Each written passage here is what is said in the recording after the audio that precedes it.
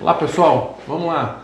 Vamos criar sempre um debate criativo e informativo sobre tudo de urologia, né? De maneira geral, não só urologia, mas tudo sobre saúde, que envolve não só o homem, mas o homem, a mulher e as crianças, problemas geniturinários e estilo de vida também, que é importante, que faz parte da melhora do organismo, né? Da melhora da saúde mental, da melhora da saúde orgânica. Então, vamos falar um pouco de urologia. Essas 2 últimas semanas eu fiz vários diagnósticos de câncer de próstata, pelo menos uns 3, e a pergunta que a grande maioria dos pacientes fala, né, no consultório é se, mas eu não sinto nada, eu preciso fazer exame, eu estou bem, meus exames anteriores eram normais, eu nunca senti nada, tem que fazer exame. Então assim, câncer de próstata dificilmente dá sintoma.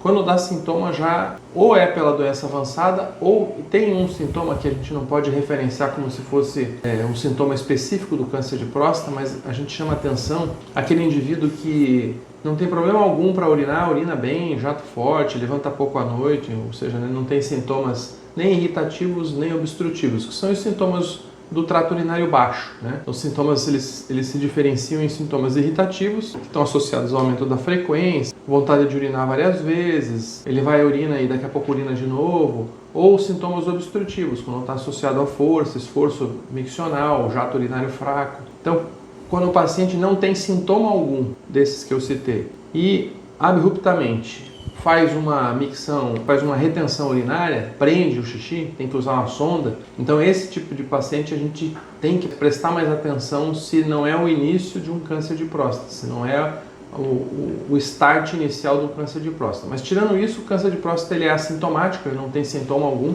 Praticamente a gente inicia a pesquisa acima dos 50 anos, mas via de regra, se o indivíduo tiver um histórico familiar, porque os cânceres são hereditários, né? Se ele tem um histórico familiar para câncer de próstata, ele precisa buscar mais cedo. Pelo menos um exame de PSA antes dos 40 anos e os afrodescendentes a partir dos 45. Então, 40, 45, 50, o ideal é depois dos 40, 45 anos já começar a pensar em fazer avaliação prostática, pelo menos o exame do PSA inicial. Se tiver uma alteração do PSA for acima de 1, quando você inicia o screen, já é importante também fazer o exame digital da próstata, que é o toque retal, né?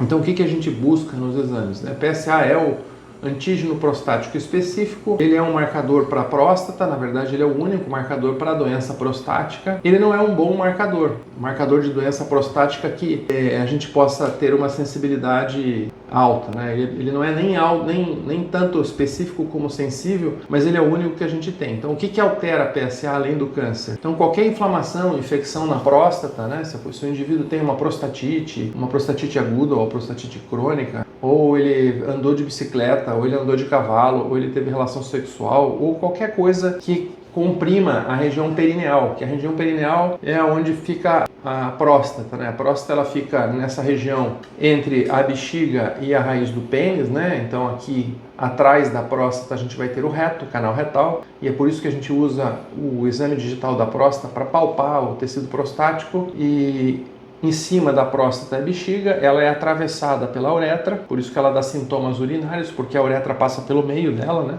Então, quando ela comprime a uretra, ela vai estrangular a uretra, né? Causando sintomas obstrutivos. No mais, o PSA ele é alterado, então, por massagem prostática, toque retal, relação sexual. Qualquer esforço físico relacionado à pressão perineal aumenta o PSA. E a outra coisa que a gente também precisa comentar sobre o PSA é que existem alguns medicamentos que também atrapalham o exame do PSA, atrapalham no sentido de diminuição.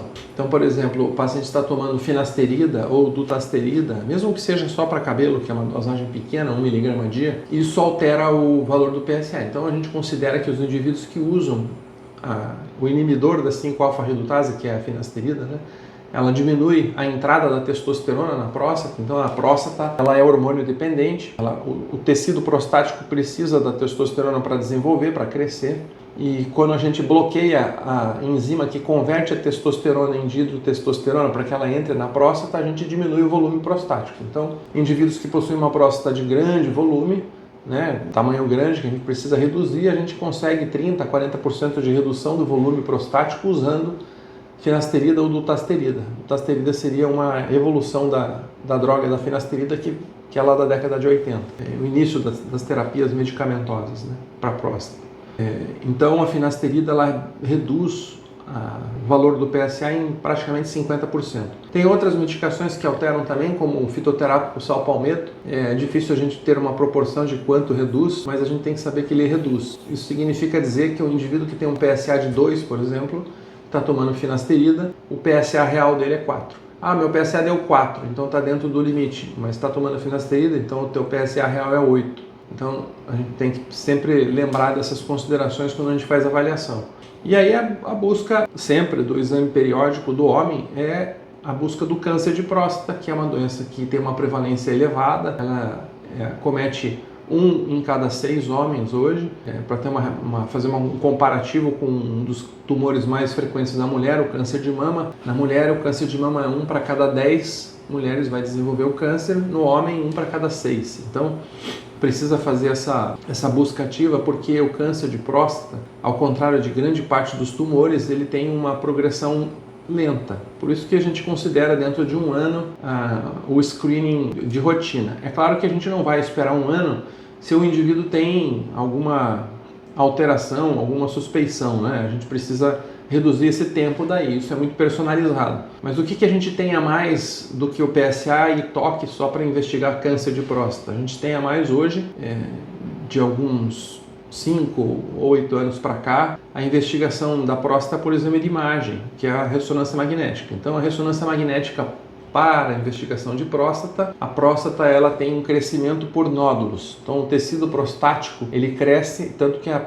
hiperplasia prostática benigna também é chamada de hiperplasia nodular da próstata, porque ela cresce, ela tem nódulos, né, como se fosse um mosaico de nódulos. E esses nódulos, na investigação de imagem pela ressonância, eles possuem uma classificação. A classificação radiológica, ela inicia com o nome, o inicial do órgão, né? Então, por exemplo, para a próstata é PIRADS, para a tireoide é TIRADS, para a mama, né, breast, é BIRADS. Então, foi denominada essa classificação de RADS. Então, quando o indivíduo faz uma ressonância na busca para avaliação prostática, se tende a ser maligno ou não, a gente usa essa classificação, que vai de 1 a 5, sendo 1 e 2 normalmente evolui para patologias benignas, o 3 seria indeterminado e o 4 e 5 tenderia a patologias malignas, né, da próstata.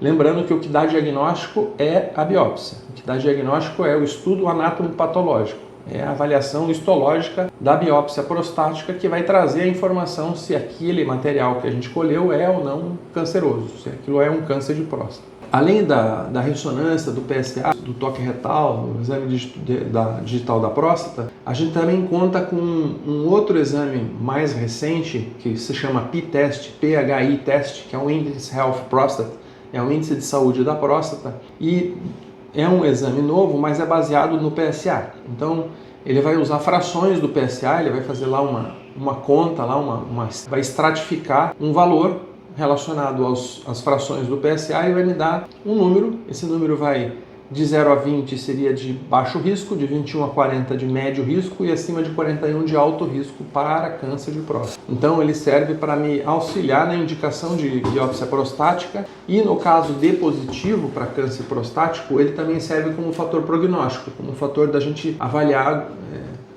se aquele tumor é um tumor de certa agressividade ou não. Aí tem outras nuances de imunistoquímica que vai me dizer também dessa parte da agressividade tumoral.